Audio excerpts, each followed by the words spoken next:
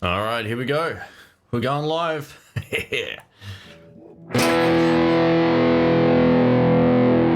All right, we've got Mix here. Brandon Cooper, how you doing? We've got Jamal. Welcome, man. And also, Mix again. There we go. So we're going to go live for an hour or so. Keep you guys safe from being too bored if you're locked away right now. So I was supposed to go live at 10, but I slipped in. So we're running a little late, but I didn't schedule it up publicly, but the plan was to go up at 10 o'clock. All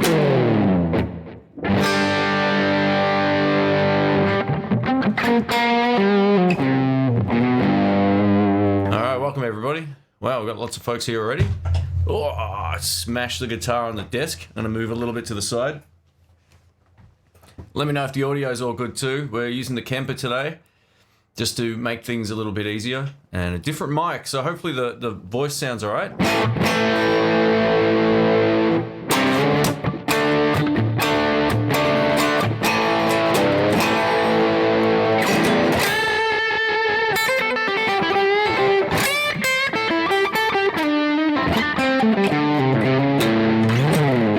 I can hear the notes coming through the mic as well, but it should be all right, hopefully. Have I been to Manny's Music? Not lately. They used to have a lot of shops in Melbourne, and I used to buy a lot of my old microphones, and I bought a couple of guitars from them years ago, but not in a long time. So, yeah, they're on the other side of town for me. It's sort of not that easy to get to. Thanks, Joseph. I appreciate that, mate. Hope everyone's doing well as well. I know it's a pretty rough time at the moment, or at least a frustrating one, at the very least. So audio is good. Awesome. Thank you, guys. All right. So Nick says, "Hey Shane, what happened to the Fender Excelsior you once had? I just picked one up. You know, they're cool amps. It's the same old thing for a lot of the places I was playing at. Even with it on maximum volume, it wasn't loud enough. I bought it for a very specific gig, which was a low volume gig, and it was fine. And then that gig stopped. So, yeah, being that, you know, I try not to keep stuff if I'm not using it. I upgraded all the valves in there as well. I put, I think it was JJ's in there, and it helped a lot. Stopped all those like weird rattle noises that you can get from the amp. So, yeah, overall a good fun amp if you can dime it, but just it wasn't something that I was using. I kind of always preferred having a bit too much volume so I can always back it off over, you know, trying to push the amp to the maximum. Got to a point at one place where I wasn't loud enough and I had everything on 10. So, yeah, great little amps though for what they are. I think they sound cool. All right, so yeah, people are asking about this guitar. This is the Pure Salem Mendiola, which is from a Miami company. This isn't made in the US, but the designs and all that are. It comes out of out of Korea. I think very similar to the PRSSE and Reverend guitars in terms of its build quality. I'm going to stop bashing that on the desk, so I'm going to move across. Is that all right? Hopefully that's all right. Let's just move that mic to there. We should be good. So it's a Tally with a Attack Captain mini humbucker in the bridge, which is my favorite mini humbucker I've played pretty much ever. It's pretty great, at least in the bridge position anyway. I think it has a really cool kind of rockin' vibe to it.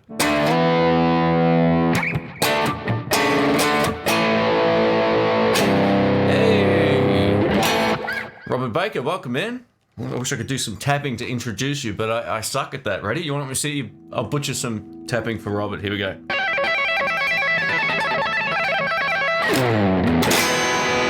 I'm going to sweep the hair back as well, but it's a little awkward at the moment. So welcome, everybody. Is the Katana 100 loud enough to gig with? Yeah, it is. It's loud. It is loud. The single 12 one is plenty loud. The funny thing about that amp in a live mix, this is in my opinion and experience using it, it's like a laser beam of death. So if you're walking right in front of it, it's super loud, or if it's pointing at you, it's killing everybody in that laser beam. But it doesn't fill the room in the same way. It's sort of sideways, if you know what I mean. So some Fender amps and Marshall and all that have a really wide spread to the sound. I also noticed that with the Boss Next Tone, it doesn't have as wide of a sound as a lot of my other ones, but it is super loud, like straight in front of it. So yeah, it's more of a directional sounding amplifier.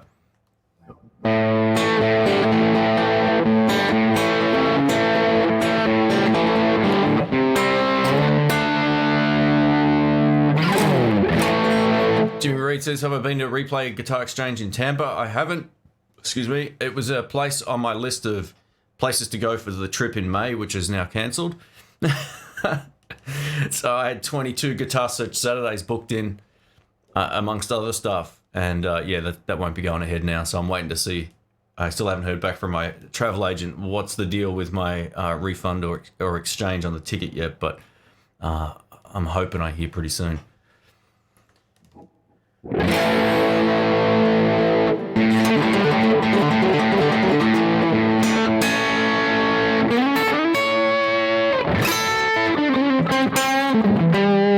So this profile I made is just the Blues Deluxe with the Keeley Super Fat Mod Overdrive.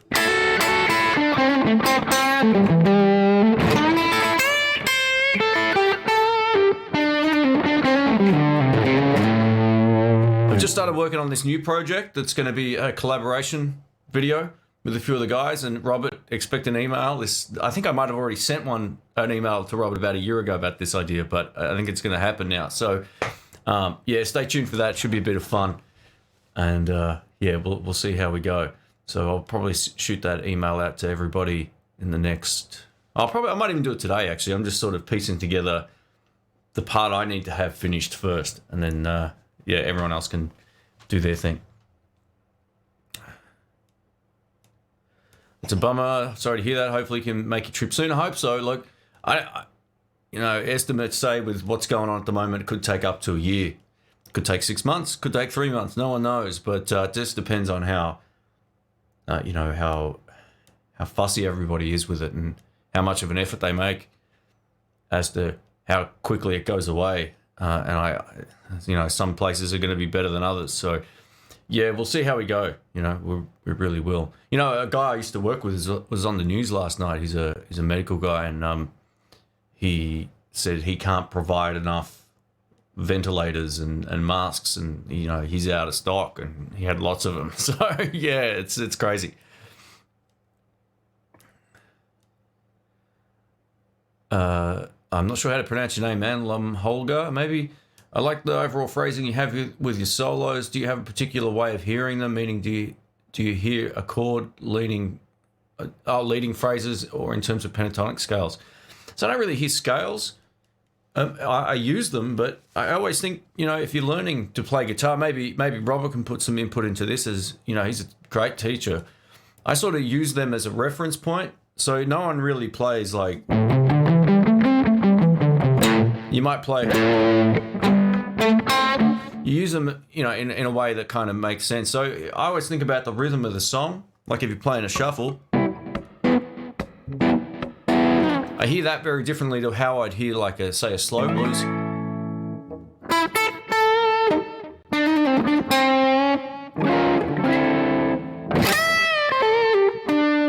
You're almost hearing like you kind of singing it in your head as you go on. That's at least how I kind of do it.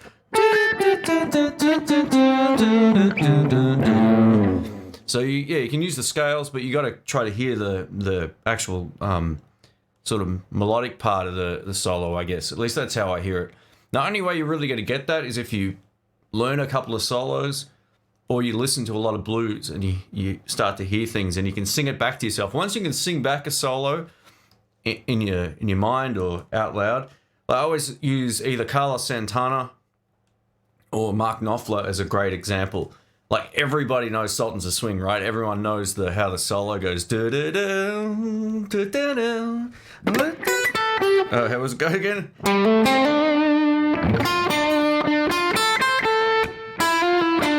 So once you can hear those ideas in your head, it makes it much easier to play.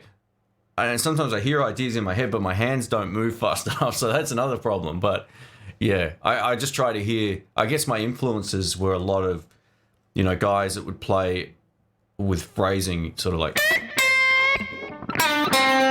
even something like that, high and then low.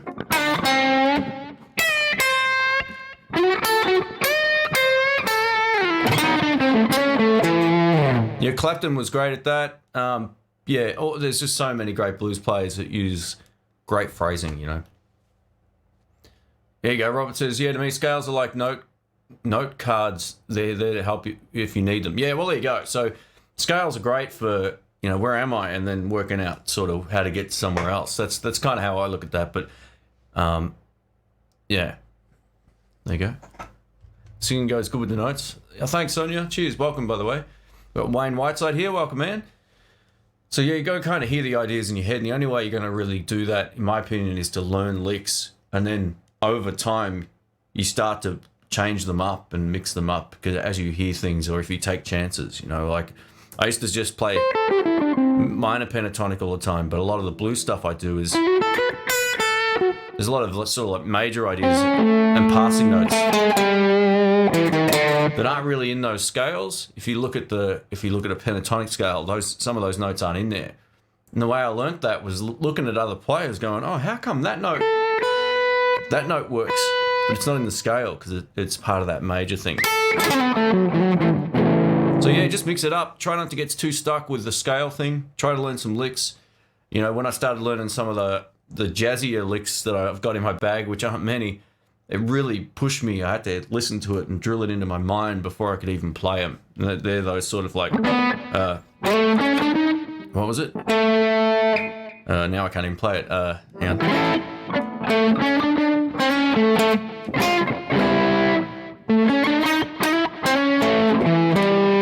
Yeah, just those little runs. Like this, it's a chromatic run, you know, so yeah, you can make all this sort of stuff work. The grace notes, there you go. Yeah, absolutely, absolutely. So this is the pure Salem Mendiola. I've got a few more people asking about it. It's a guitar I've had for probably over, I don't know, I'm going to say a year and a half now. It's been cool. It's been on a lot of videos, but I haven't featured it much lately, so I might have to break it out a bit more. I thought, I'm going to randomly grab one out of the cupboard. Which one was it? And it was this. It's like, all right, done. I've got my Les Paul behind me too with the P90s. Might go to that in a bit. But I'm taking some questions too, guys. If anyone has anything that you'd like to ask, just let us know. Hey, Shane, what are your thoughts on Ash versus older bodies on Telecasters and Strats? I have really no... I'm not fussy when it comes to that. Just pick the one that's the lightest. That's the way I would go. You know, the heaviest guitars are the just... Look, if you're sitting down and playing, it's not so bad, right? But if you're gigging and you want to stand up and play for 3 hours, there's nothing worse than a really heavy guitar. So pick the one that's the lightest or the one that sounds best to your ear. You know, if they're very similar in weight, one's just a little bit heavier, but it's not like a backbreaker or a shoulder snapper, then, yeah, just pick the best one that sounds good to your ear. But yeah, it's weird because some guitars are technically like, they say, oh, Swamp Ash is really light, but some Swamp Ash guitars I've played are some of the heaviest as well. So it's hard to know. So if you're buying online, see if you can get a weight estimate on it because most shops will do that anyway. But for those who can't, who aren't buying online, just go play it because it's much better to make sure you're not picking up a really heavy guitar. P90s on a Tele, thoughts? Yeah, I think that's fine. I think any combination is pretty cool. Anything different is also good too. You know, like everyone, I'm guilty of that. I buy like oh, my phone's ringing. I buy like the, pretty much the most stereotypical, oh man, I'll just go stop the phone. It may keep ringing. Hang on, guys. Sorry.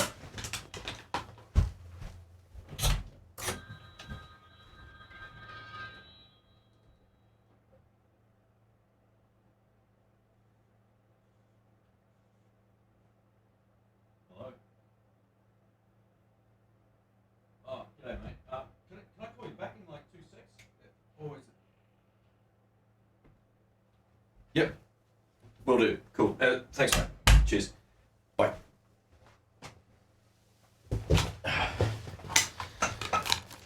All right, sorry about that, guys. I just made an order online. Actually, it was the shop confirming that. So yeah, I wanted to make sure that the shop was still open. Sorry about that, guys. I like that red guitar. Thanks, Sonia. Yeah, this is cool. It's a beast.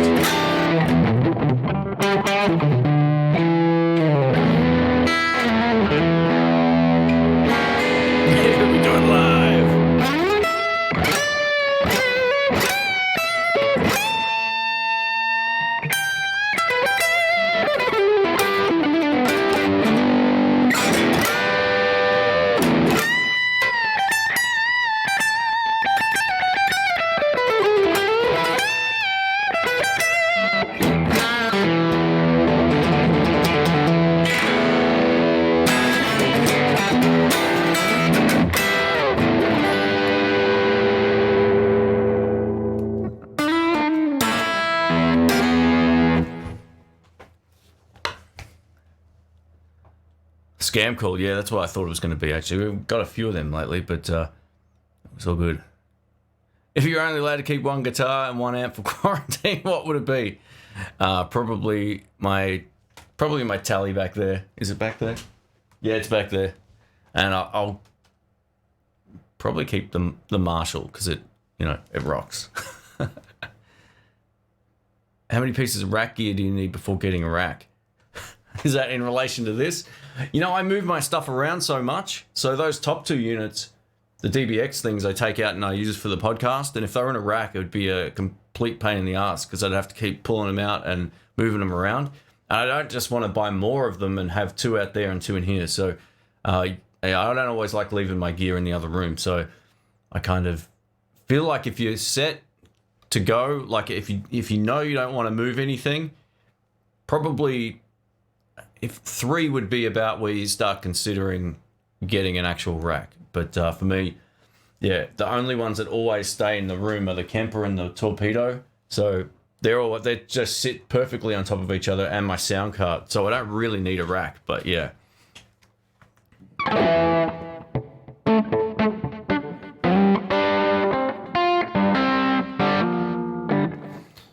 Been getting so many scam calls. Yeah, there's a lot, man. It's pretty bad.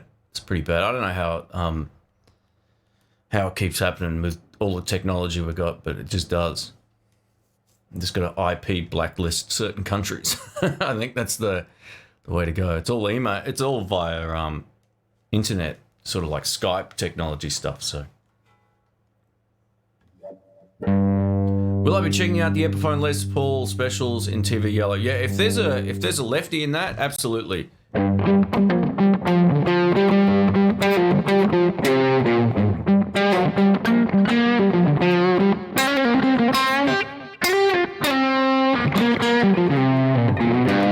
Am I going with gig cancellations? I just had to cancel 30k worth. Yes. Oh man, sorry to hear that. Far out. Yeah, I had one gig booked, which was a festival for last Friday, and that was it. So yeah, for me, it didn't affect me that much. Most of the gigs I do now, I just play because we love it, and that's about it. But yeah, I had contacted a couple of places just to ask about gigs, and no. So I think they're all kind of closing down too.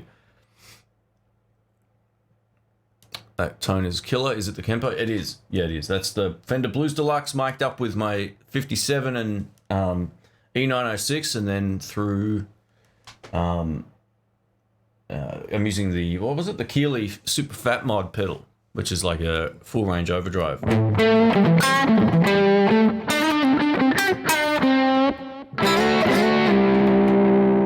Cleans up great too.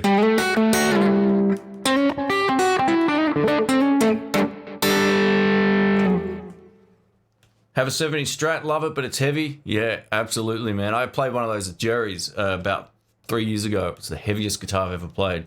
Or one of them anyway. It was brutal.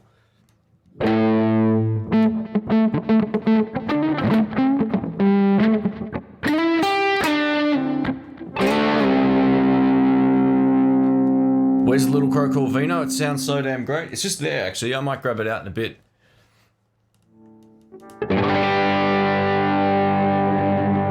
How do I get on with finger picking? Well, it depends, like if it's chord stuff. I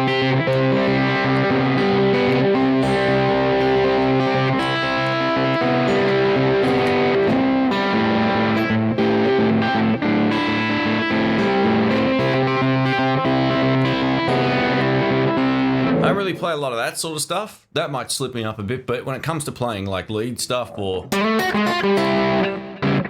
chords, I do a lot of that in my playing. Like I tend to kind of just hide the pick in my hand and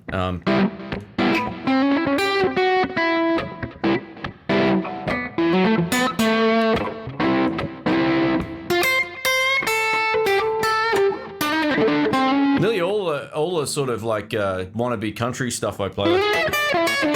It's all finger picking stuff on the most part, and then I just use the pick I use the pick to play repetitive notes quicker. I'll look at it that way. Or whatever, so yeah.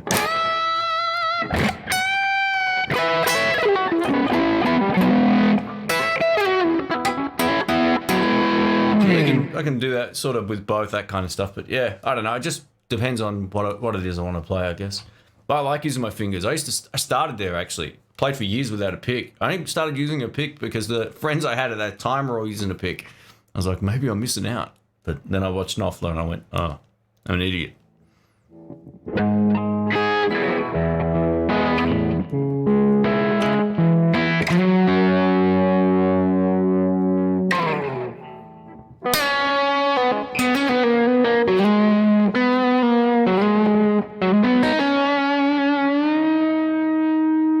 Les Paul. All right.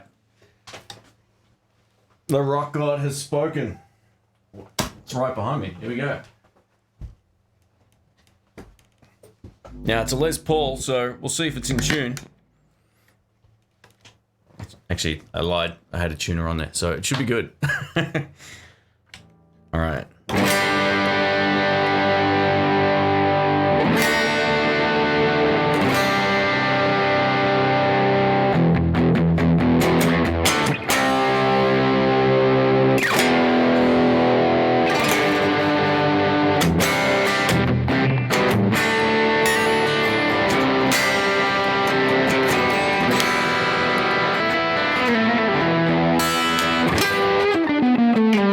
This is so easy to play. There's something to be said. This is one thing I noticed after the fact, was not having a tune-o-matic bridge here makes the guitar way easier to bend. I'm like over bending on this. It's one of those things where I feel like I'm pushing the strings too far. So I'm going to actually put 11s on here because it is that little bit easier than what I'm used to playing. Gabriel from Montreal, welcome. Hey, Positive Autism, thanks man. Hey, no worries. Thanks for sharing Micah's guitar giveaway.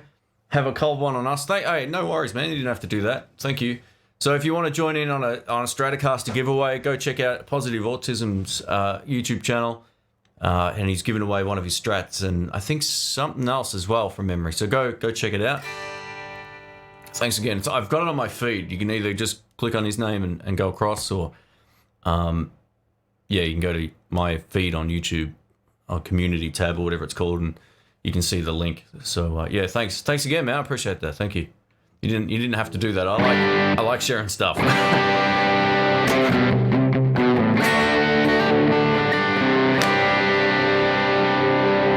How's the intonation? You know what? It's pretty good overall. It is pretty good. I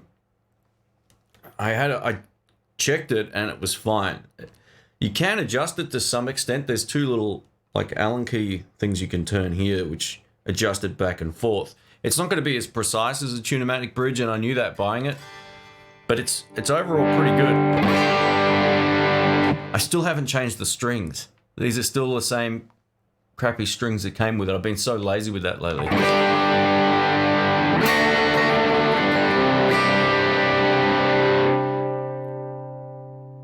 How long have I been in the blues? You know, blues is what got me into wanting to play guitar. So early on, I had a clear direction of I want to do this or something like that anyway. So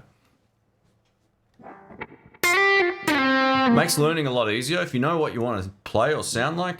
You've got a clear sort of path on who to listen to and what to, you know, who to listen to and sort of pick parts out of their playing and just sort of soak it in. If you know, I did a couple of lessons for people years ago and they're like, oh, I don't really know what I want to play. And I'm like, oh man. So yeah, I had a real love for that music before I started playing it. So for me, it was a no-brainer. It's really simple. We got Gordon from Malta, welcome in.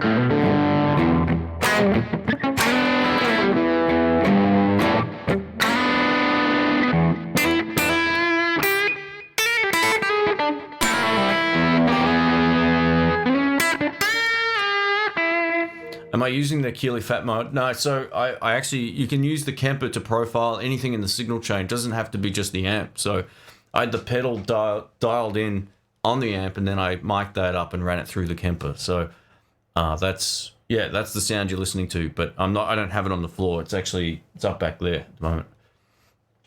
Hey, Guitar Journey, thanks man. Some Norwegian Kroner, I believe that is. Thanks, man. Play Ziggy Stardust. You know what? I don't know that song. Try again. Send me something I'd know. I don't know that, man. I apologize, but thank you for the donation. I appreciate that. We've got Johnny Bean. Welcome, man. Sorry if I didn't say hi before. Aussie's on lockdown, so you got time to change strings? I do, yeah, absolutely.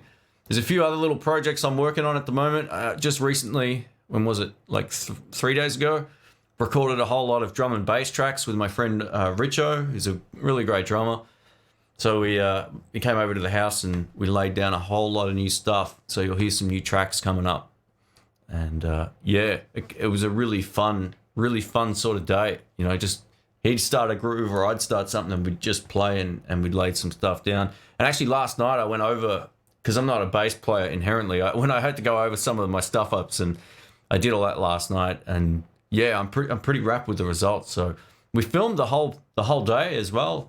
So there's like 2 hours of just drum and bass stuff, and some of it was pretty cool. So I'll see if I can turn that into something to share with you guys, because it was pretty fun.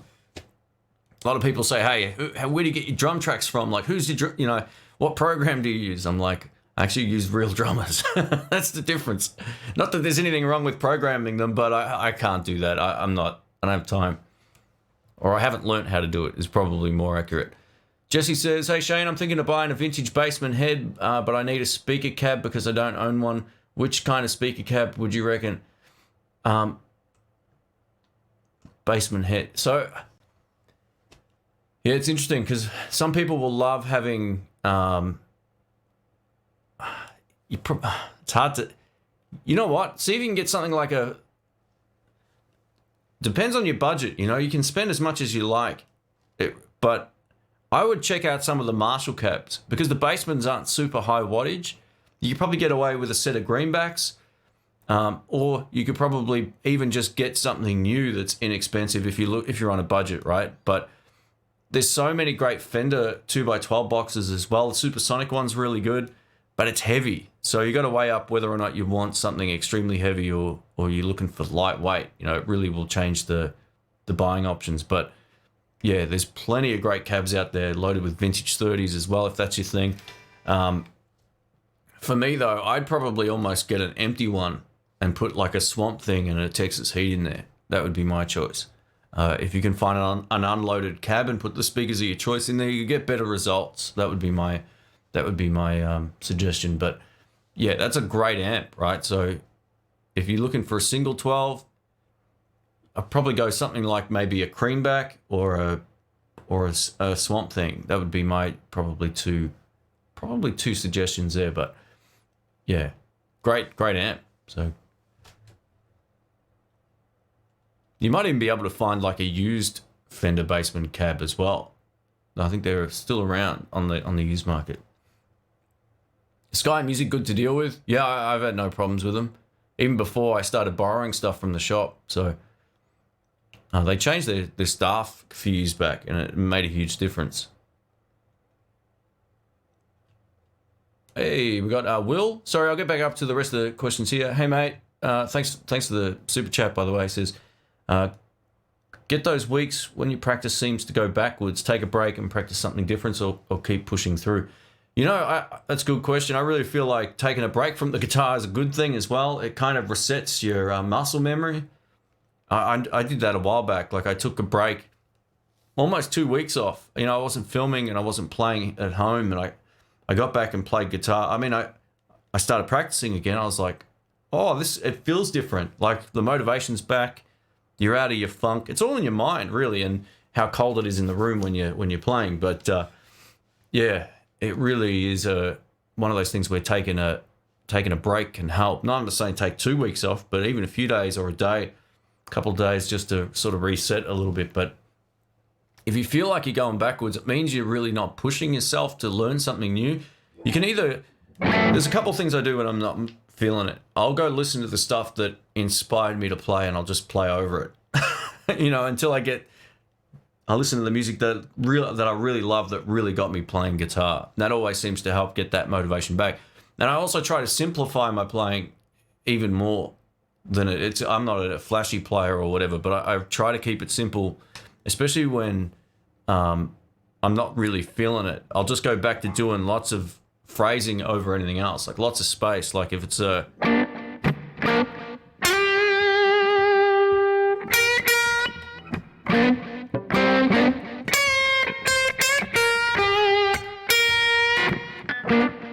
just try to pick a few notes, make them work, and start there. Start something simple, and less is more when you're not feeling it. Sometimes you're overcomplicating it for no reason, and that could be also part of it. But the more you practice, the better you'll get. It's really true. It really is. It's how you practice that might be the problem too. You know, practice proactively.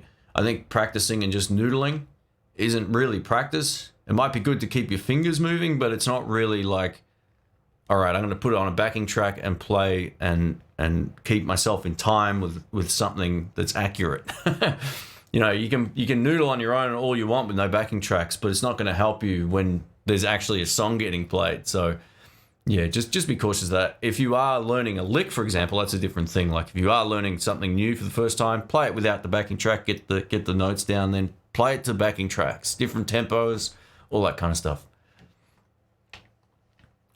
Hey man, looking for an affordable 335 that's comparable to a Gibson. Do you have any recommendations? Thanks, keep up the awesome work with the channel. Thanks, HCIM.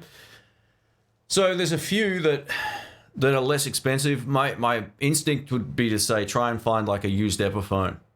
That you can get a .335, or if you're a right-hander, you'll also be able to get a 339, which is the smaller version of that. Gibson also make studio models of their 335s, or they used to, which are basically no frills versions of their ES335. So that will save you a fortune. Like in Australia, they're like $2,000 cheaper or close to that. So see how you go. That could be one option. I mean, you can start getting something like, you could get an Eastman, which are really quite good, but their prices have started to go up quite a bit too. So check out the used market for Eastmans or even new and see how much they are in your part of the world. They're pretty cool. And then you can start going into other brands. You can get like the Harley Bensons or the Artist guitars, depending on where you live. And there are also some options as well. But yeah, I really sort of feel like your best bet would be an Epiphone. You know, I've had 2 of those or 3 of those Epiphone Dots over the years, and they're really solid instruments. They're really good. They're hard to beat. I actually almost think they sound better than some 335s from Gibson. That not all, but most of them. And then you've got also the Japanese brands as well. You got the Tokais and your Bernies, and they're everywhere in Australia in terms of like used guitar shops. If you go to the musicswapshop.com.au or whatever their website is, just type in Swap Shop Melbourne. It'll come up and you'll see like there's lots of those guitars as well. So yeah, plenty of options out there. Let me just scroll back up here. I missed a whole lot of stuff here. What are your thoughts on the SX? Oh, the HX Stomp by Line 6? Yeah, I'm not overly interested in checking that out, but from what I've seen of it, it looks like it's pretty good. I always find those digital things are best suited for people who are just playing or recording at home. Someone who wants to play out live with something like that, it'll be a nightmare. So, and that goes to speak to all of the digital stuff that I've had a chance to use. I don't trust any of it in a live mix. Same with the Kemper. It sounds great. You want to tweak something? Yeah, good luck. So yeah, if you're just using it in terms of at home, I'm sure it'll be fine.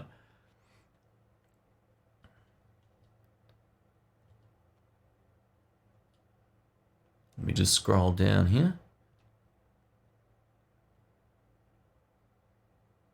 Lee says, from Detroit, Michigan, says, I love your Irish accent and the way Dr. Irish accent. That's funny. No, I'm an Aussie, man.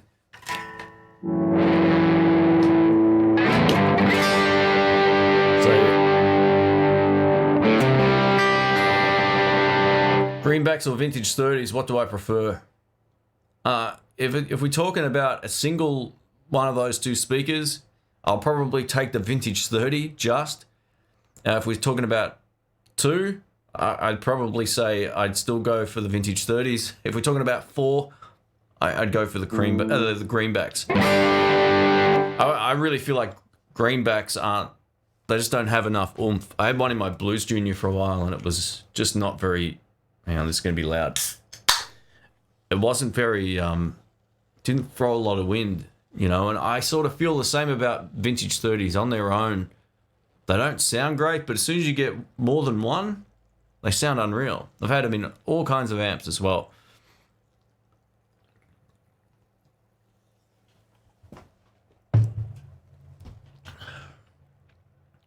I have to stay in for at least 3 months at least. Wow. I'll be playing like Hendrix in no time. Yeah. You'd be surprised what 3 months can do to your playing. You know, I was getting really frustrated with what I was doing live for a long time. And I remember taking about 8 weeks off and I just practiced all the time. And that's what really changed my playing. I should really do that again at some point. But yeah, it drastically changed my playing. I went back and people were like, oh man, you know, to just the jam nights. And they're like, man, what have you been doing? What do you mean? Your playing's like insane. Oh, well, much better than it was. It's like, oh, thanks.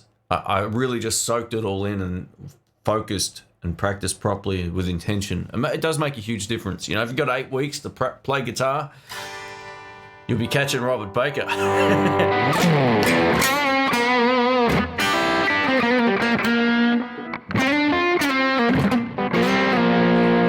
Lincoln says, hey Shane, greetings from Florida. Welcome, man. Hope all is well during this crazy time. Yeah, doing all right here so far. So, you know, I was a little bummed about my trip being cancelled, but that's just the selfish thing. So I kind of, yeah, I feel good knowing now that the stress of having to fly is gone, or not having to fly. So, yeah, things are good. Hope all's well in your part of the world. I got some good friends in Florida I've had for nearly 20 years, 20 years now. And yeah, they're saying it's pretty crazy over there at the moment. We've got Metalhead Hippie, welcome mate.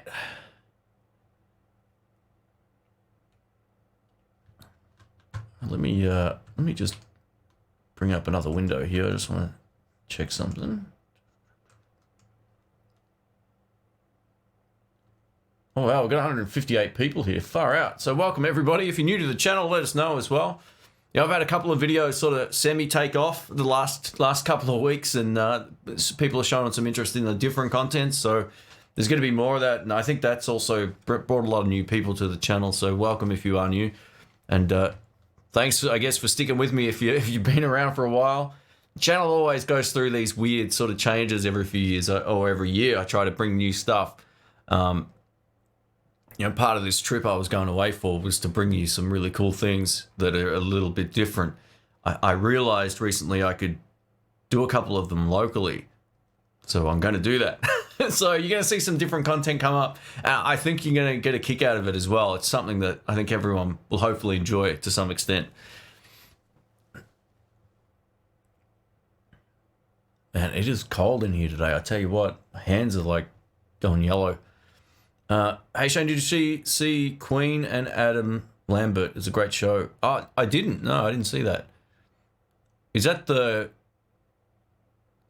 like Queen the band doing their material with that other guy? I think I have seen some of that actually. I did see something about a week ago on, was it a week or 2 weeks ago? It was a little while back actually on television with a different frontman, and it was pretty good. Let me just scroll down here. Thoughts on the Brian May Red special guitars? Look, if you're into that sort of stuff, you know, that's all personal choice, man. I have a Fender Blues Deluxe reissue, and it's an early model. Should I hold on to it and hope it gains value? If it's made in the US, it's pretty cool, man. So it will hold its value if you try to sell it anyway. Like, just because it's a good amp. You know, if you bought a piece of junk, selling it, you're not going to get anything back. So I reckon in terms of, like if I was to sell mine, I'd get like $900 for it easily here in Australia. Being that they cost, you know, they're probably more than what I paid for. I paid $1,200 for it, but because of the Australian dollar, it's probably a $1,500-$1,600 amp now. So I'd probably still get most of the money I spent back on it. I'd assume the same for you as well. Hey, Brink, thanks, man. I got a flying potato Superman thing. That's awesome. This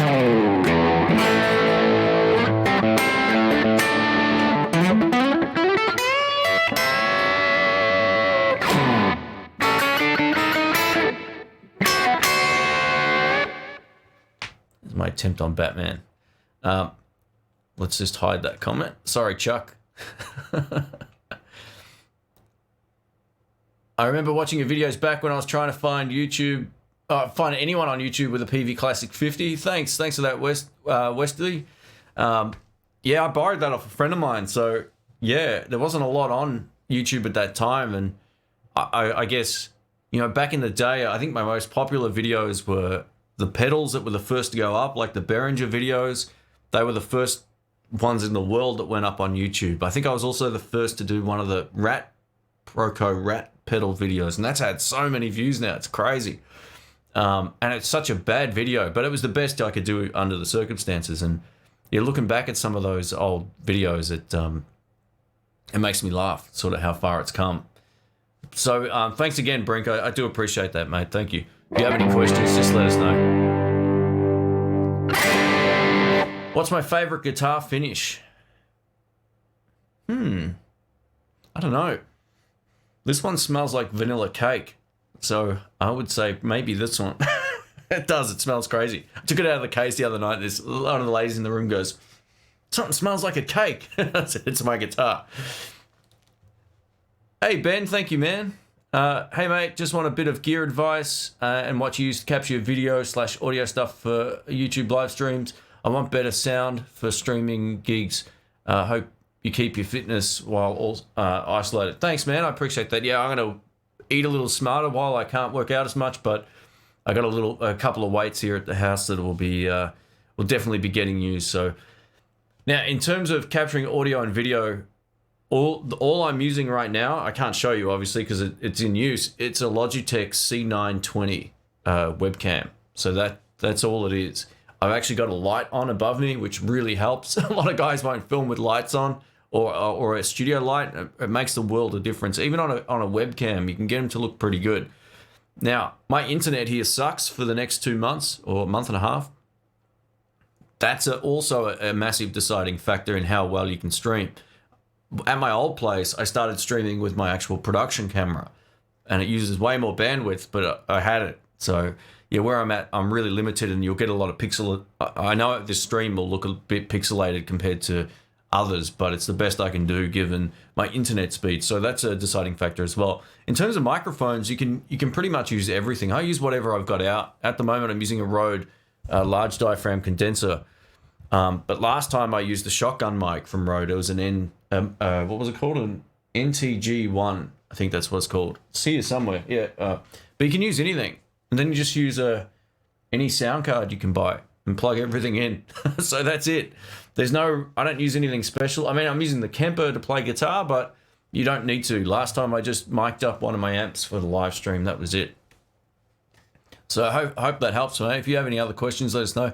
I don't really stream to Facebook anymore. I just stay off it. I think I went there and I scheduled like 6 months of posts, and I just don't check it anymore, unfortunately. I find it too much of a time waste. But yeah, in terms of the YouTube thing, that's all I'm using. Once my internet gets upgraded, and that'll be, I think, 100 megabit down and something like 20 up or something like that, it's gonna be epic. But you need at least 1.2 megabit upload speed, otherwise it doesn't work. And I've just met the minimum. Oh, and lastly, I use a program called OBS, Open Broadcaster Software. It's free, and that allows me to change, either if I've got more than one camera, I could swap cameras or set up different loading screens and all that kind of stuff.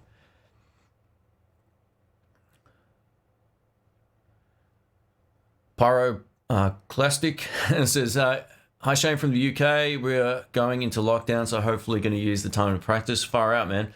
Yeah, I hear things are pretty bad over there as well. So, yeah, I wish you all the best, man. Do I still use my PV Bandit for live gigs? That's from Nota.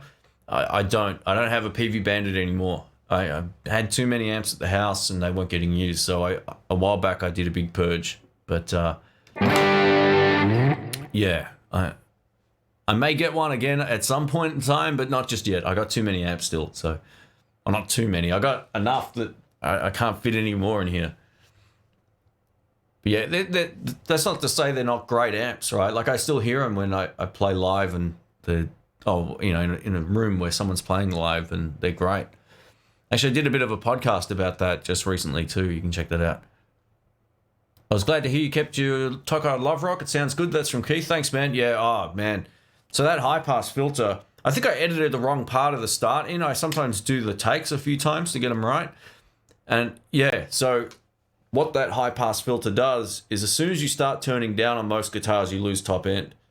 But what it will do now is keep the top end there no matter where you have the volume control. And yeah, it's made the world of difference for that guitar. It's just, it sounds unreal. It sounds great live too. It's really cool. David says, thanks so much for your demo of the Joyo Atomic amp. I got one, and for the house, it's really everything you said. Oh, great, man. I'm glad you're digging it. That's cool. The popular video should have been the Crocs episode.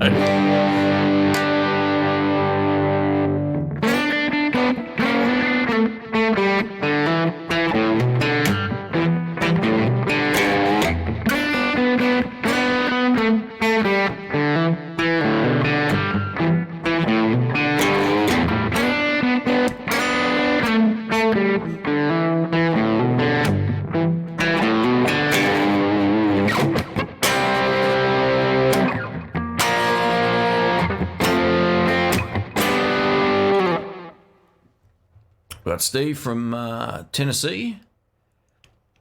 Welcome, man. Oh, Guitar Journey, thanks, man. Do you think social media has a lot of toxic competition? To me, it takes away the fun of the guitar. Yeah, it's a good point. Yeah, I think so. I think it also depends on the person who's doing the channel or whatever it is. I think Instagram's probably, I don't want to say it's the worst, but people really go hard on Instagram for, well, there is some return on there, but it really doesn't make a lot of sense unless you're using it to sort of sell something in the end. When then that makes sense from a business perspective. But yeah, I don't know, man. I think we're pretty lucky in the guitar niche. Like, there aren't too many people who are really posting like hateful videos of other people on the most part, you know, like there might be some criticism videos going up, but none of them are, or not that many of them, I should say, are at least blatantly nasty. So I think competition is, they always say like the good stuff comes to the top, right? And a lot of people might get disheartened with that, but it's true on YouTube. Like, if you're putting out something good, you'll generally do well. And if you're not, you'll never go anywhere doing it. You're sort of wasting your time. You need to reassess what it is you're doing. And if you want to do it as a like a full-time gig, you've got to be really aware of like your quality standards and what you're putting out there. If I have trouble and this happened to me the other day, like I filmed a podcast and I was editing the overlays and I was listening to it and I went, I don't like this. So delete. That was like a 45-minute talking to the camera video that I started again the next 2 days later. So yeah, there's sometimes you just got to be really aware of, I think, what you're putting out there and forget about what everyone else is doing. Just forget about it, or be aware of it in some way and then try to do something different. I don't know if it takes away the fun of the guitar. I just think people will watch whoever they want to watch, I guess, and whoever they relate to or they enjoy watching. And most of the guys that I talk to that have other YouTube channels, they're lovely guys, man. So yeah, I haven't really got any complaints. But I get it. There is a competitive nature to it because everyone wants more views and all that kind of stuff. And like I said, if you're putting out stuff that you enjoy, that you think other people are going to enjoy, it will generally do well. Putting a 30-minute video up or a 10-minute video or 5-minute video with no point isn't going to help your channel. So yeah, I don't know if that answered the question, but yeah, I look at it in a different perspective. I keep aware of other people's stats to some extent, but I don't care. As long as my channel's doing something positive on the most part, I'm happy with that. So yeah, I don't know. It's hard to explain. That's more of a YouTube thing than anything else. But anyway. Oh, Todd, far out, man. Thank you. Good day, Shane. Can't listen ongoing as the boss is in the office.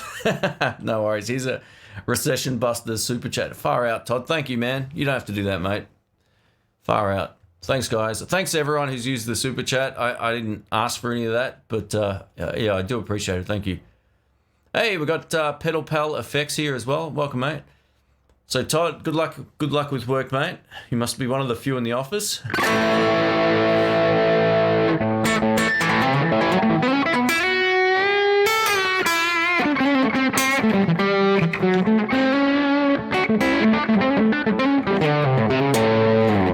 Do I have any Martin reviews? I don't think I have. You know, I don't recall doing any Martin acoustic guitars. I had some filmed at Jerry's, but I was so tired the last day I was there, I actually didn't upload any of those videos. They're really quite cool. Yeah, I think if I was to buy an acoustic guitar for myself, it would either be a Taylor GS Mini or a Martin of some description, and not one of their high-end ones. Excuse me. All right. We had a question. Where was it? Who are my modern guitar heroes? Tommy Castro, who's kind of an older guy now, as well as Chris Kane. Both those two guys rock. Yeah, I would say they're probably my two favorite from, like, the guys that aren't as well known. I like Derek Trucks as well. I can still appreciate John Mayer's guitar playing. I just can't stand his vocal. Yeah, so some of his live stuff is still great to listen to as well. Yeah, they're the ones that sort of really come to mind. I even like Johnny Lang, and I don't think he's really like considered now like a guitar guy. He's writing more songs than anything else, but yeah, he's a really great player. He's just a great singer too. I dig his stuff. Oh, far out. Matty K. Here's a cancellation fee relief. Thanks, man. Man, my throat's going funny. It's not the CV, by the way. Thanks, mate. Jamal, love the stream and all the new names in here. About to hop off the live stream with the family, so everyone stay safe. Keep up the great work. Thanks, man. Thanks for the support. Jamal's a massive supporter of the channel. Great guy. So start posting some videos, mate. I want to see some of those guitars in action. No, but thank you. Far out.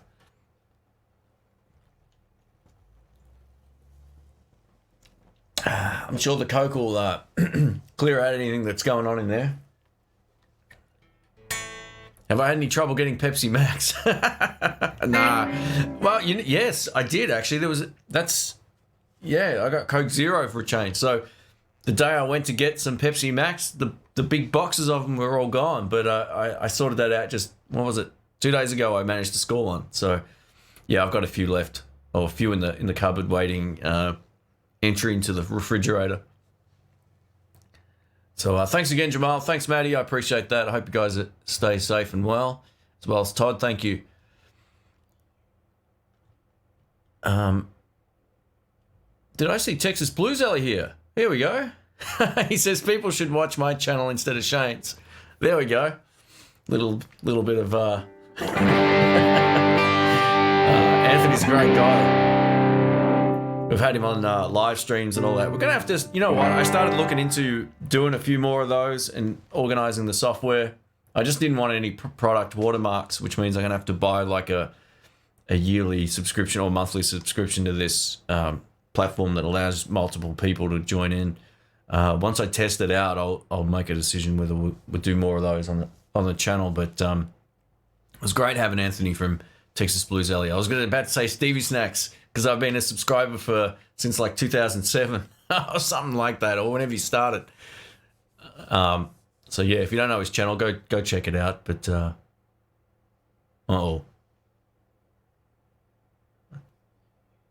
thought someone was knocking at my door.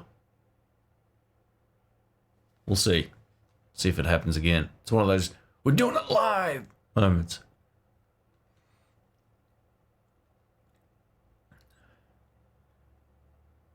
Let's scroll down here.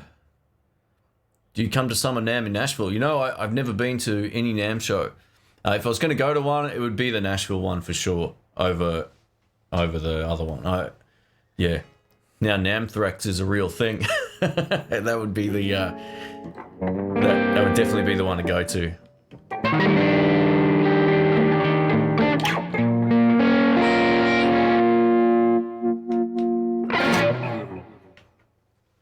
What about Maton acoustics? I used to have, that's from Hutch, welcome man. I used to have a Maton for probably close to 10 years. It was a pretty nice sounding acoustic plugged in.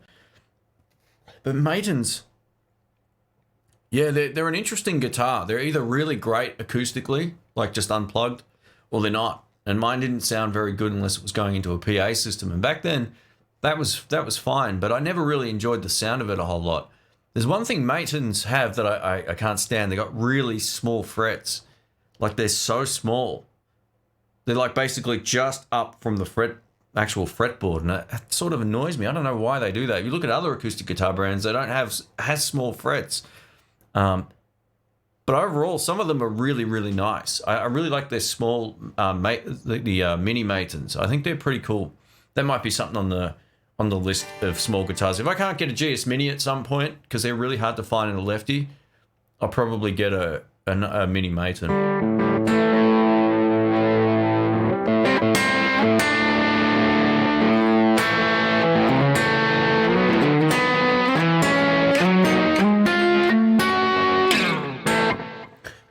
Do I ever get sick of mates asking you to review their transparent overdrive they've made? Yeah, so I've just stopped saying yes to pedal videos. I've slowed that down a lot over the last 6 months. It's pretty much come to the point where there won't be many overdrive pedals. I get emailed almost every day about, hey, we want to send you some new pedal. And I look at it and I think, it's nice and good on you for making it, but it's another tube screamer. I've got 12 of those in the cupboard. So yeah, people don't care about that sort of stuff. It's pretty obvious. I've changed the direction of the channel over the last few months slowly, and the videos that I've put up about anything else have done extremely well for my standards anyway. They don't go viral, but yeah, for me to get 60,000 views in a week on a video is pretty great. Like, I haven't seen that a lot. So it's happened multiple times over the last couple of months, and I think moving forward, yeah, this is the problem with YouTube, right? Like, I don't see a lot of people talking about this, but one of the biggest problems with it, if you have a couple of large videos that do well, say you get 20, 30,000 views in a day, and then you release a pedal video and it gets 1,000 views in a week, it really hurts YouTube. What am I trying to say?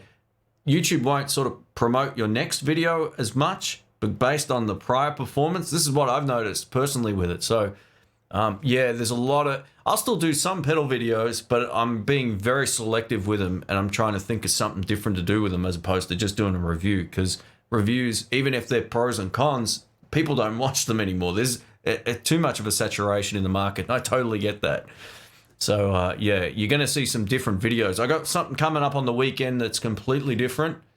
It's a how-to video about how to set up a digital audio workstation. So everything that you could need to start recording at home and how to set it up. I haven't done one of those on this channel, but it took me all day. It took me like 8 hours, maybe 9 hours to put that whole video together, and to get it all concise and timestamp it and edit it and all that kind of thing. So yeah, I want to try and make different stuff that is really helpful or at least fun. What's another super chat here? Did I miss another one? Krager, sorry man, far out. Pepsi Max Fun, love your channel. It's a big positive influence on me. Thanks man, I appreciate that. Thank you. Sorry if I missed if I didn't mention that just before. I was rambling on. So if anyone has any questions about anything, just feel free to let us know. I don't care if it's YouTube related or guitar related or playing live or whatever. Just don't ask me for... No, I won't go there. So in terms of the whole NAMM thing, if I can travel next year, I actually, it won't be in that time of the year. Anyway, so I think worst case scenario is with my tickets, I can move them 12 months from when I actually physically booked them, so which will be February. So yeah, I might be over there in February, which means I'll probably miss out on most of those NAMM shows, but I wouldn't mind going to the Nashville one. Thank you, Jerry. I appreciate that, man. Thanks. I don't know about that. I'm not going to read that publicly, but I do appreciate it. Thank you. You make me blush. Pedal Pal Effects says we had a lot of demand for that model. See, this is the thing. Like, Pedal Pal Effects make the best Marshall in a box pedal. So I'm like excited by showing people that kind of stuff. But just another pedal that doesn't do anything interesting, you won't see a whole lot more of that sort of stuff on the channel. Do I read Reddit? I don't. Look, I get on there occasionally when I need some information on something that I can't find anywhere else. But yeah, I don't really like going on those platforms. I find people too whingy, like whiny about everything. People are always complaining and sort of arguing about stuff. I don't really find that very productive.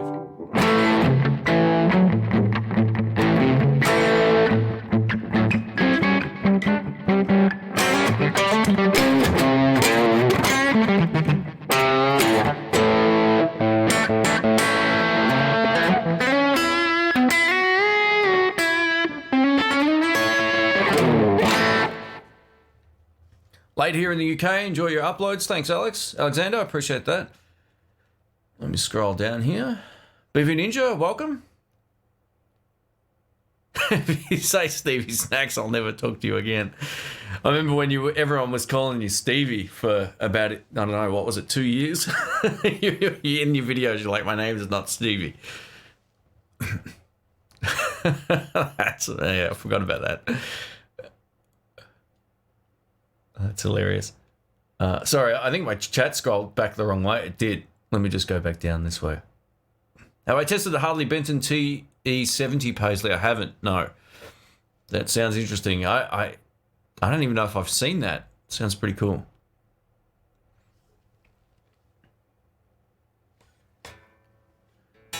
Yeah, some of them would be fun. I would give that one a shot. I wouldn't do like walk around interview videos there. I would just go to check it out. I would do that even if I went to the main one. I wouldn't be interested in flogging everybody's, doing those sort of interview videos. I get no excitement out of that.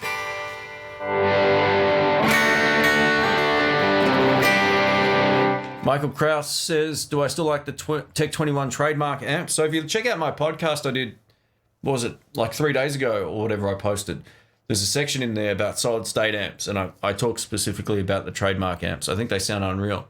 Absolutely. Can't decide on the Harley Benton 52 or the 70 Paisley. So the 52's got a big neck. I'm tipping the 70's one won't. At least that's usually how that works. So that might be a deciding factor. The Harley Benton T52, the only sort of small downside about it is it weighs quite a bit. So just be cautious to that. Oh, we got Riff Magoos. Thanks, man. Hopefully I'm pronouncing your name properly. Or Magos, maybe is the way to pronounce it. Hello, Shane. Thanks for taking our minds off this craziness through guitar and music. You're a legend. Oh, thanks, man. Thanks for joining in. I appreciate everybody's support.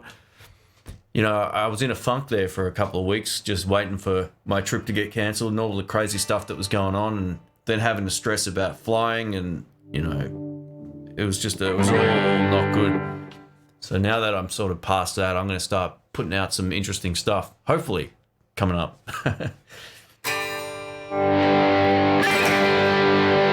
I'll try and make this a weekly thing. I was thinking about doing one live stream at the time I started now, and then another one 12 hours later. Not the same day, but a week later. So maybe that'll work, depending on how this one goes. I think there's probably more people watching this now than, well, at least there was before, than normal. So let me just have a look here. I don't know I can't see how many people watch unless I scroll over to another page. I checked the actual stream, but 175 people, far out. So yeah, welcome everybody. Can we get it to 100 thumbs up? Have we made it yet? Let's check. I'll bring the page up. Oh, 93. Wow, far out. All right, I'll do one. 94. Is that cheating? If I do one as well? Mike Sadler, thanks, man. Shane singing. Have you tried the Rode Procaster in the same way as the SM7B? Same basic design, would be great for rock vocals. Yeah, I actually have two of those, man. So if you watch any of my podcasts, they're the mics we use. I actually did a vocal pass on a Boss BR532 video, which is an old portable recorder. It was a bit of a joke song I put together using that recorder. And I used the other one. I used the Rode pod mic, and it was really good. It was really good. The one problem I have with the Procaster is they're pretty sensitive to plosives, so you've just got to shield them quite a bit. But yeah, really great mics. I can't use them in this fashion, otherwise I'd have to have it like right close to my face. So the limiting factor with those is how close you can be to the microphone. But overall, they're really good. I have actually paid for 2 of them. I like them a lot. What do you guys prefer, British rock or American rock? Oh, that's an interesting question. Go for it. Or Aussie rock? AC/DC. Is there a cooler rock and roll band than them? Let us know. So thanks for the super chat, guys. I appreciate that. Thank you. I'll give the Rode Procaster a bit of a live or a bit of a vocal test. That'd be interesting to find out how it sounds.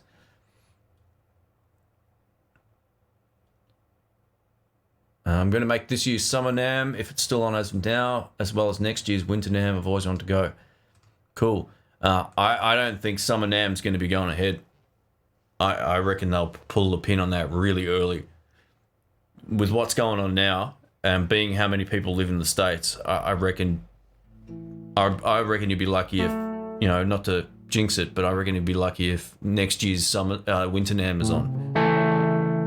Depending on how it all plays out, you know, it could only last a few months, but those public events is where the problems will be.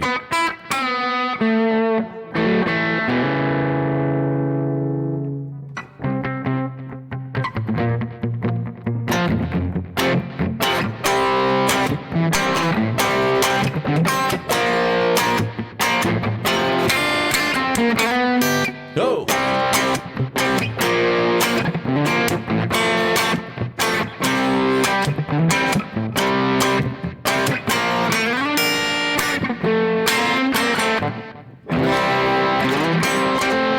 To play a G chord on that because I was playing another song that's those chords but with a G. Oh, another far out, guys. You don't have to do this. Far out. So here's a thumbs up, Shane. Thank you, mate. I appreciate that, Brink. Cheers, man. Wow. Yeah, you guys are awesome. Thank you. Aussie rock for sure. So many underrated bands. You know, I was listening to a band called, well, not intentionally. I put the radio on in the car, which is something I don't do anymore. But I was like, oh, it sounds like Led Zeppelin. So I was like, who is this? It was Wolf Mother. Man, I can't believe, like, you know when you hear a band, I've heard Wolf Mother before, but not for a long time. You can hear, like, their influences as soon as they start playing. It's like if you hear a blues player, you go, oh, he listens to this guy, he listens to that guy. Wolf Mother was, like, pretty big there for a while. I don't know if they still are or not, but, yeah, they're such a Led Zeppelin band. Everything from the vocals to the riffs and all that kind of stuff. It was really, really shocking when I hadn't heard it for a while. I was like, man, this is a Led Zeppelin kind of cover band almost. Roland Blues Cube artist or Fender Towmaster amps. They're both pretty good, man. So if the artist is that's the larger one of the two, right? So yeah, you know what? The Towmaster stuff's hard to beat. It's lighter. It's loud, it's more versatile, but it's not just a straight up solid state amp. So if you're looking for that, you could go for the Roland. That would be the argument there. But I know I would play the Towmaster any day of the week over it. Here's a good fun chord to troll people. So you play a G but with an F sharp, and then you bend up.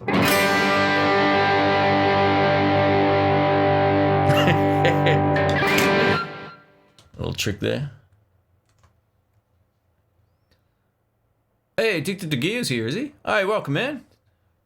Go check out his channel, guys, if you're interested. He's a Canadian guy, a French-Canadian guy.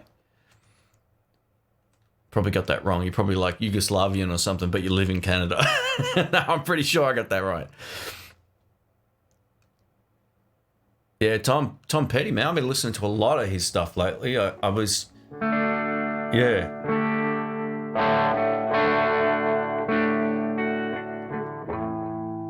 Yeah, what I actually shared Free Fallin' the other day. I forgot just how great that song is, you know? It put a smile on my face. And I listened to it like 5 times in a row. I was like, I'm sharing this with everybody. Just, yeah. Yeah, I still got a lot of got people that know Wolfmother here. Here we go. That's good.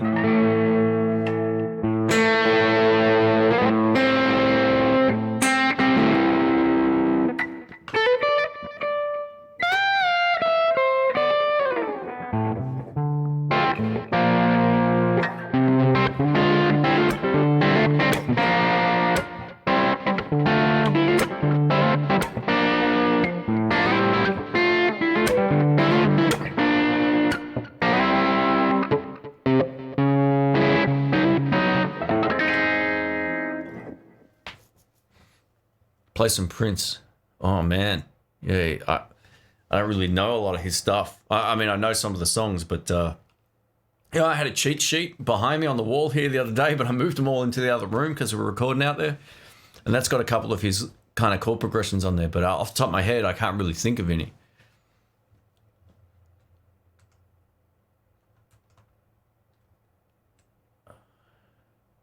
Hey Zach, welcome, mate. I did a lot of amp face-off videos back then. Yeah, I think back in the early days was a lot of comparison videos. Just, I borrowed a lot of stuff off friends. I was buying and selling a lot of stuff from like secondhand shops. I just got lucky. There was one store that had so much great, pedals and guitars and lefties. It was just bizarre. And I remember buying lots of stuff from one shop, doing reviews, selling it again, just to keep the channel moving forward. So that's kind of how it all worked out. So just to let you know, I've actually bought some new mics for reviews and comparisons. So I don't want to give that away. They should be here pretty soon. That was who was calling me just before. So I'm going to try some different videos about different types of things that might sort of mix things up for a while anyway. Have I heard the song Honeybee from Tom Petty? I've been listening to a lot of his stuff lately. Off the top of my head, I'm not too sure, but I'm terrible with names of songs. When I hear them, I'm like, oh yeah, I know this one. Any favorite open tunings? No, I'm not really big into changing the tuning. I have enough trouble keeping this one in tune, being it's a Gibson. No.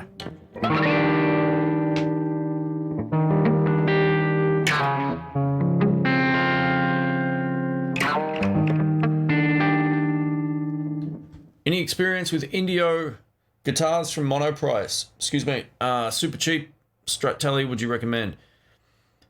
Monoprice isn't available in Australia. It just isn't. You can get it in North America, and that's about it. It's I think sold through Amazon and all that kind of stuff. What super cheap Strat Tele would I recommend? I actually did a video on this just recently. So type in Stratocaster alternatives into YouTube search, and you'll see it come straight up, or Telecaster alternatives. Basically, SX would be the best cheap alternative for both, as well as Squier, and Harley Benton. In terms of that TE52 is an absolute beast. I've played live with mine. I liked it.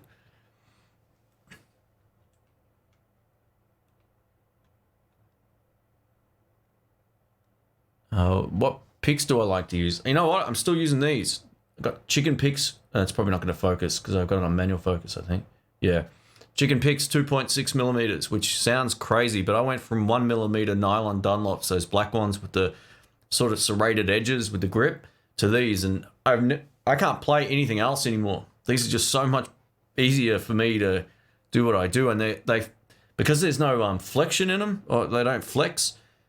They're easy to hold when you're just using your fingers because they don't move around at all. So, yeah.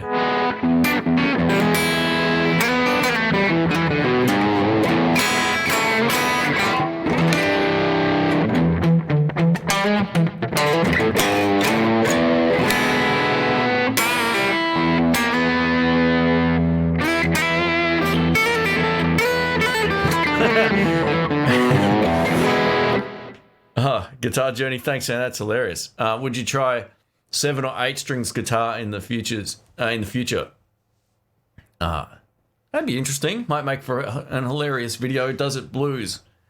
Get an 8 string. Man, that would be so confusing for me. I'd be like completely lost on it. I think the problem is, I've played a 5-string bass, and having the low note not be an E, on a bass is so confusing. It really, really is. Some people will tune it normally, but like say a 6-string bass, they'll tune it normal style, but yeah, it's not the same. So usually there's a B above the E. Even that is enough to just mess with your mind if you're not used to it. So all of my basses have just 4 strings. But in terms of electric guitars, that would be way more confusing. But I'd love to give it a shot, you know. So we'll see how we go. If I can get my hands on something that's 7 or 8 strings, I'll see what I can do. That'd be a good fun video.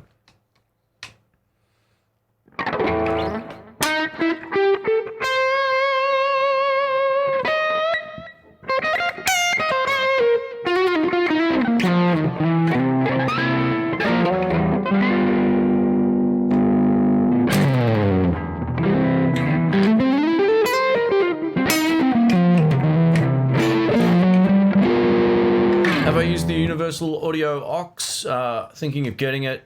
Thanks, love the channel. No, I haven't used it. I don't think there's a whole lot of advantage to that over my 2-notes torpedo, so I'm not overly interested in buying one for myself, but if you don't already have something like that, it would be a good choice. I don't think it's necessarily better than other options out there, but there's a lot of videos and information out there on it, so if it's the right thing for your situation, go for it. Yeah, I think you won't have any issues there. But I haven't used it myself, no. I don't even know if I've seen one in Melbourne anywhere. So, yeah. I love my purple Plectrum's het fuel model, about 5mm thick. Wow, okay, cool. You know, I played with I don't know how many Aussies are here, but we've got these $2 coins, which I don't have one on me, but they're about the same size as these batteries that go on your tuner, except they're about half as wide again on top of that. And I was playing with one of these, a $2 coin, just yesterday because I thought I grabbed my pick out of my pocket. I was like, this actually feels pretty good. So yeah, it's just like the edges is nice and smooth as well, so it doesn't catch or do anything weird. It's like, oh, I could get away with that if I had to.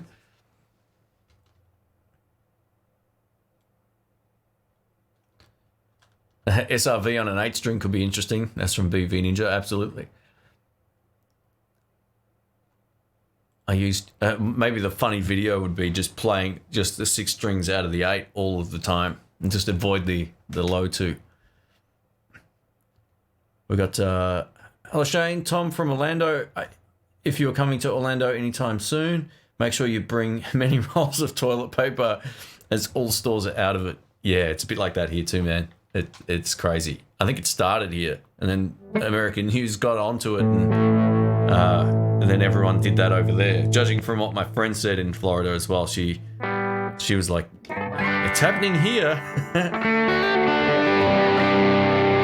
Yeah, I don't think I'll be able to get away now till at least late this year, early next year, and that'll be pushing it, so we'll see. I have a feeling that ticket will just expire, and I'll be yeah. Anyway, it doesn't matter.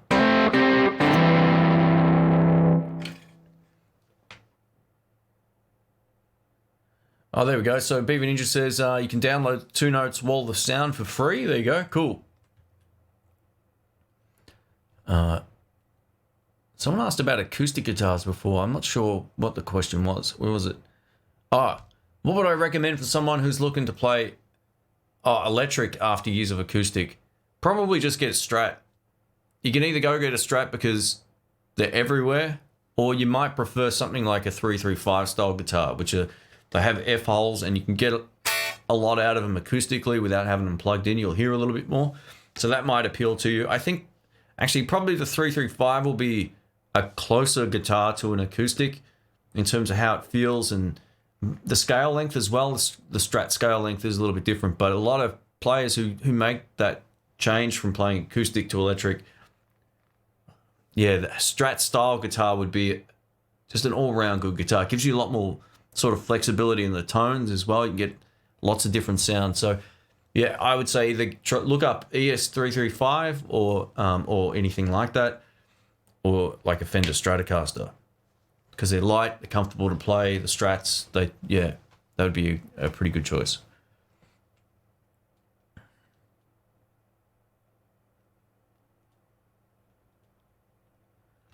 Did I keep the stock speaker in my Marshall? No, I ended up putting the Texas Heat in there, and that's been in there since. So I had the stock speaker. I bought an Eminence Tonka, The Tonka, man, it was loud. It was one of the loudest speakers I've ever heard in my life, but it was also one of the heaviest. I didn't realize how heavy it was. I put it in the amp. I was like, oh no. And it didn't give me the same satisfaction of the Texas Heat. I kind of look for a different. I did a comparison a while back between a Fender Bass Breaker 30, one of their new ones, and my Marshall with the Texas Heat. And so many people said, oh, the Fender sounds better because it's brighter. That's because the speaker choice in the Marshall was the Texas Heat. It actually rolls out the high end. And as a live sound, that's so much more pleasing to the ear than having lots of, like, what they call the blizzard of nails. So if you want it to stay bright, just leave the stock speaker in there. If you don't, you can put a Texas Heat in there. The Tonka was good, and I've still got it, but it just made the amp way too heavy. It was brutal and way too clean. It was almost like it didn't break up enough with it in there.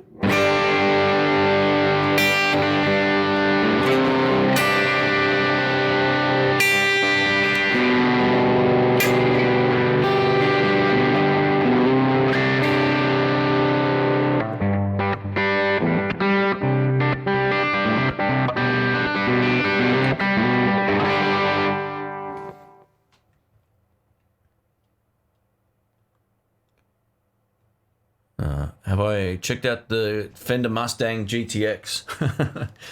Man, most of these questions I covered in my podcast. That's all right, though. I don't mind. So, not yet. They're not in Australia yet. I know you can get them overseas, but they're on their way. And whenever they turn up and the shop opens, I'll grab one, 100%.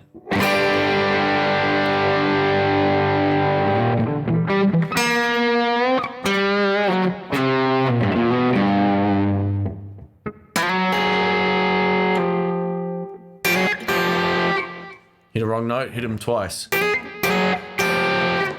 it sounds intentional. Isn't that the rule? 70th broadcaster. Wow, that's cool. Yeah, the Neo Creambacks are an interesting speaker. Oh, actually, no. I don't know if I've actually tried a Neo Creamback. I was thinking of the Neodymium Tonka. There's also one of those as well. But yeah, that'll keep the weight down and still probably keep that sort of, the British sound there, that brighter kind of tone. One of the things about the Texas Heat is it will knock the top end off, but to my ear, the Marshall DSL was pretty overly bright. Unless you had it cranked all of the time, then it was awesome. So the more volume you add to an amp, usually the less top end you get in a valve amp because it kind of starts to compress. But in terms of, my amp, like I said, I go for a good live sound, which means I don't want to kill everybody. So that's kind of my thought process with it. It's not so much like you don't really compare amps, in a traditional setting. Even though I did that video comparing the drive channels, it doesn't give you the full picture. It only shows you how different they sound to each other, but not in the context of an actual gig or a jam or something like that.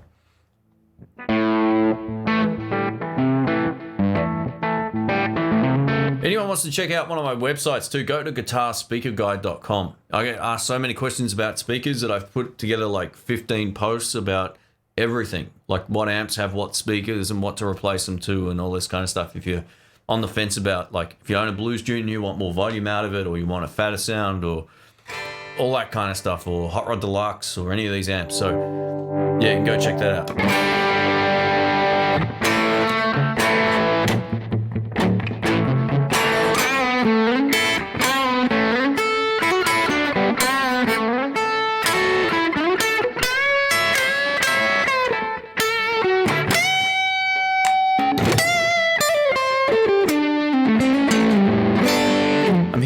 A lot of attack on the string on the mic here, so you probably hear copping that as well. I apologize. I got a compressor on my voice so I can sit back a bit from the mic. I have bad static on my Les Paul. Does anyone know how to get rid of it?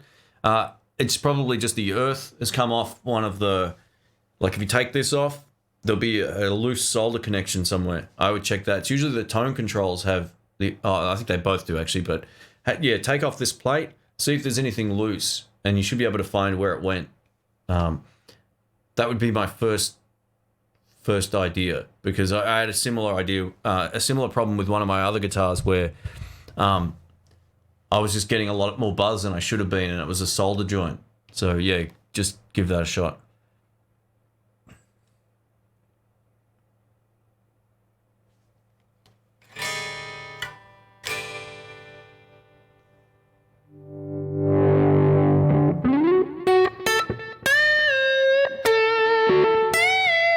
How do they compare to the Joe Barden pickups? Joe Bardens are unreal. They really are good. I've got them right back here. You know, when you start playing with... Oh, I'm going to get tangled.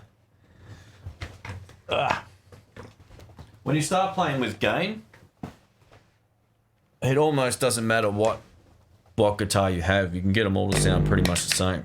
I did a cover of Money for Nothing one night with the guys, and I was playing a Strat. I had that much gain that it sounded like a Les Paul. So let's see if this is... Man. Fenders. Let's just stay in tune.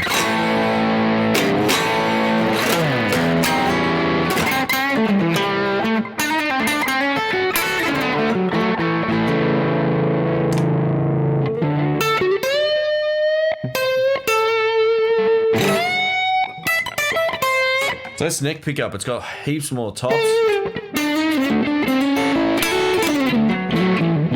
It's got more note clarity as well. Now that P90 on the neck pickup on the other guitar, it's a dark sounding one, so it doesn't really have the most clarity. These are just way more clear.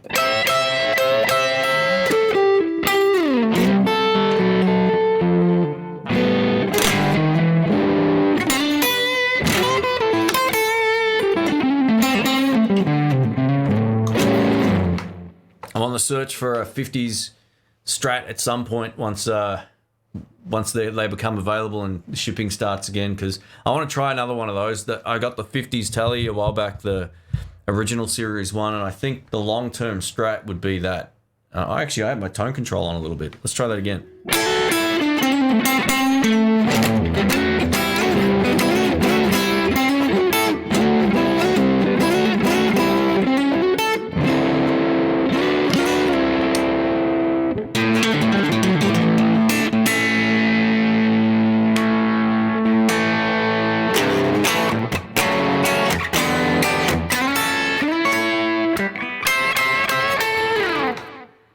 This guitar's great. It feels funny being able to like now reach all the way up to here, is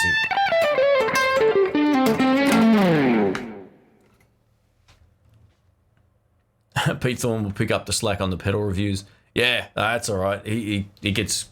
Oh, anyway, I won't go into that. So, yeah. Yeah, so it's just something like I don't even want to be paid to make pedal videos. Let's just put it that way. I'm not interested, unless it's something I really want to review. I'm just not getting paid to make a video about something I'm not interested in.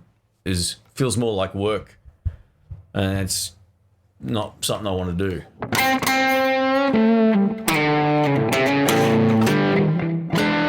Doing cooking videos.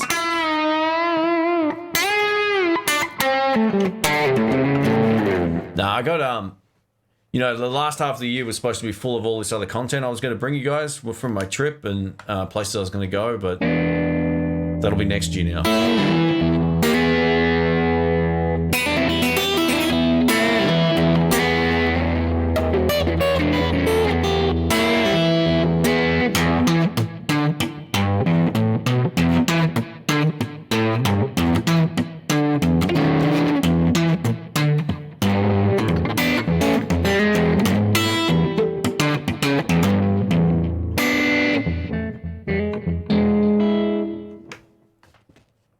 Just got the new Pedal Pal Effects 959 V2, matches up with the 800. Sounds like the Super Marshall. Awesome. Yeah, they make great stuff. I really like their pedals.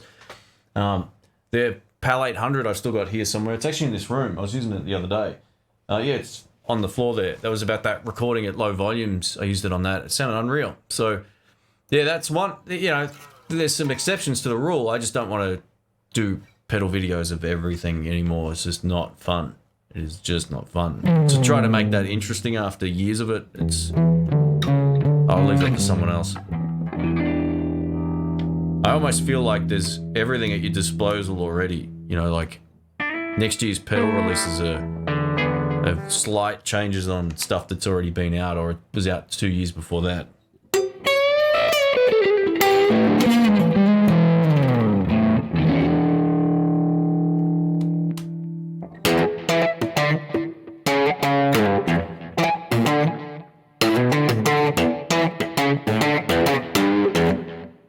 Yeah, a lot of Pedal Pal Effects fans here. Yeah, I agree. I reckon they make the best stuff. I said, what was it, about it 6 months ago, a year ago, whenever I did the video of that. It's the best JCM 800 in a box by a mile. No, I like Louis. What's his name? Sorry, Louis. Is that how you pronounce it? I always get it wrong. From Pedal Pal Effects, he makes great stuff.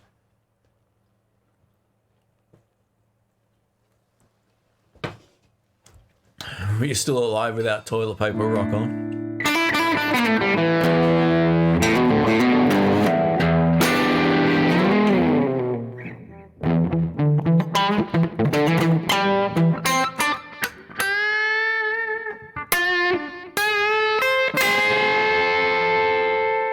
Oh, this guitar just feels great. If I could find a Strat I love as much as this, that would be amazing. I just haven't found one. Now I played one that I wasn't going to buy, but I played a custom shop one the other day just to see what it was like, and I hated it. It was worth so much money. I lasted 45 seconds on it and went, this is horrible. Like, it was lifeless in terms of its tone. It sounded like the tone control was on when it was all the way open.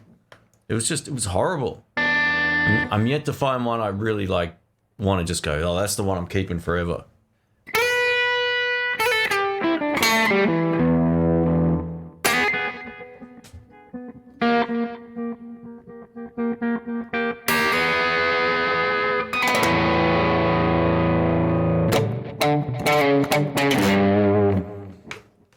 I run a Stompbox Steels. What's that? I'm running Stomp.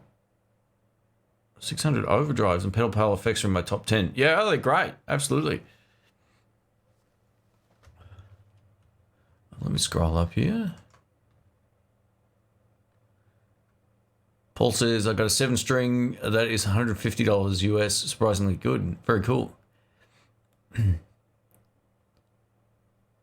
Do more of the live stuff? Yeah, well, you know what? I'd like to. Once we can. That'll be definitely on the cards.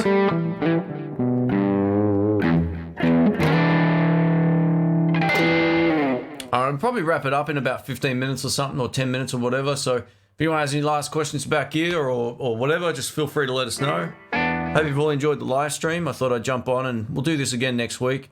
I'll probably choose the same day. And yeah, there's a lot of people here. So this time of the day might be the best. You know, I always feel like the morning my time works better than the evening. Or I can start at like midnight my time, but I'll be wrecked.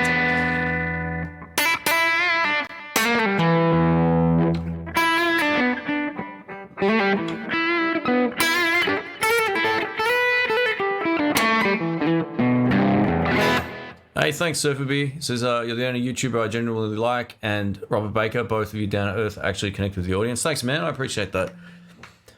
Yeah, it took me a while to just get really comfortable talking to the camera as well. Like, I look at some of my old videos and I was like, look like a stunned mullet is what they say. But yeah, it's one of those things that I feel like now I'm more comfortable and more myself than I've ever been on the camera. So, or just doing this. So if someone's sitting in the room, this is how I am.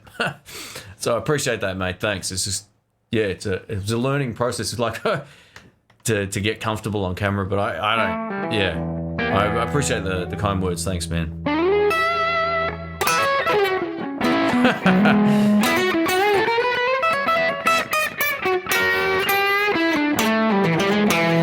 Thoughts on the American original Telecasters? I own one. I love it. It's in the cupboard. So yeah, get one. I got the 50s one of the best ones I've ever played. I love it as much as this. The Made in Mexican Strat is the best one I have after I put in some Damasio's. There you go. That's cool. Yeah, so I sold my white one. I was on the search for what I thought was going to be a Strat that was coming in, but it is now not available. So I sold a few guitars. I put some of that cash aside, hoping to get a 50s Strat at some point, but it doesn't look like it's going to be happening just yet. But anyway, yeah, so what was the point of the conversation? The Mexican stuff's great. Please don't have more live streams than once a week. It ain't good for my wallet. Cheers from Norway. Hey, thanks Guitar Journey. I appreciate that, man. Like, overly generous. Thank you. Yeah, no one has to feel obliged to use the super chat. I appreciate it, but yeah, man, you guys have today been crazy. So thank you. Tom, far out. A little something for the tip jar. Thanks, Jane. Hey, thanks, mate. Thank you. Thanks for all the support, everybody, today. I don't know if I can bring up everybody who's used that. Let me just have a look here. Does it tell me? Oh, it does. Oh, good. I'll do a roll call at the end here. So thanks again. Have I thought about buying or modifying a Telecaster to have it like Albert Collins? Yes, I have. But you know what? I don't really want to butcher this guitar or have it changed. I love it. And I've got the single coil version of this, basically, which is the original 50s Strat Tele. So I don't want to mess with that either, because I finally found the single coil pickups that work for what I want and the kind of sounds I really enjoy. But I would love to have the Albert Collins set up, even though he spent most of his time on the bridge pickup. I actually have one of those plates you can put over this section as well and make it really Albert Collins-y.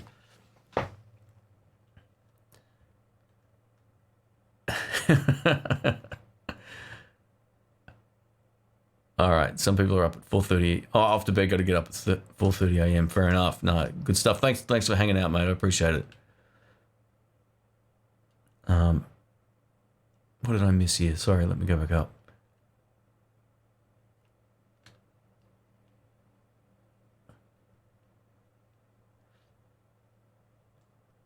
Oh, I thought I missed something here, but maybe I didn't.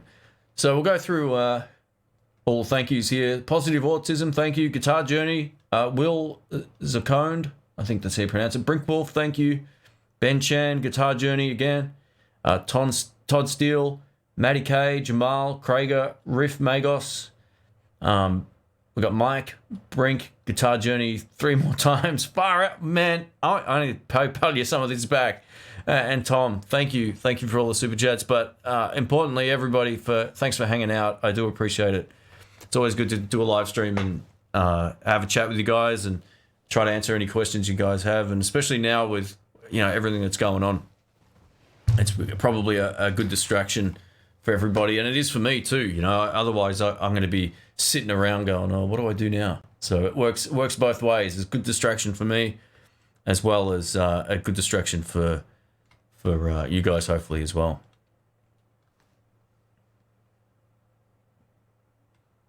Yeah, no coupon codes. No, we don't. Sorry, Paul. We don't really like putting coupon codes and website links in the chat, because I don't know if they're legit, and then people will whinge to me about it. So sorry about that, mate. But guys, I tell you what, thank you for hanging out. 162 people here. All the way to the end here. This is crazy. So if anyone has any last questions, feel free to let me know before we wrap up. But I have a feeling we're pretty much done. It's been a good at least an hour and a half, I'm tipping. But anyway, guys, rock on. Have a great day. And this weekend I got a pretty great, well, I'm happy with it. So hopefully it's a good video. A pretty great instructional guide on how to set up a little home studio to get yourself recording. And it'll cover every sort of question you have. It literally took me all day. It's one of the best videos I've made in a while, at least in my opinion anyway, in terms of just straight to the point information on everything, cables, computer software, what you should be using, all that kind of stuff. So, and some misconceptions about what people tell you should get versus reality as well. So, yeah, anyway. All right, guys, rock on. Thanks to all the moderators. Thank you, everybody, for hanging out. And I'll catch you pretty soon. I reckon we'll probably do one in the next... Might be the same day next week. We'll see how we go, but I'll see you soon. Thanks again. Thanks for hanging out.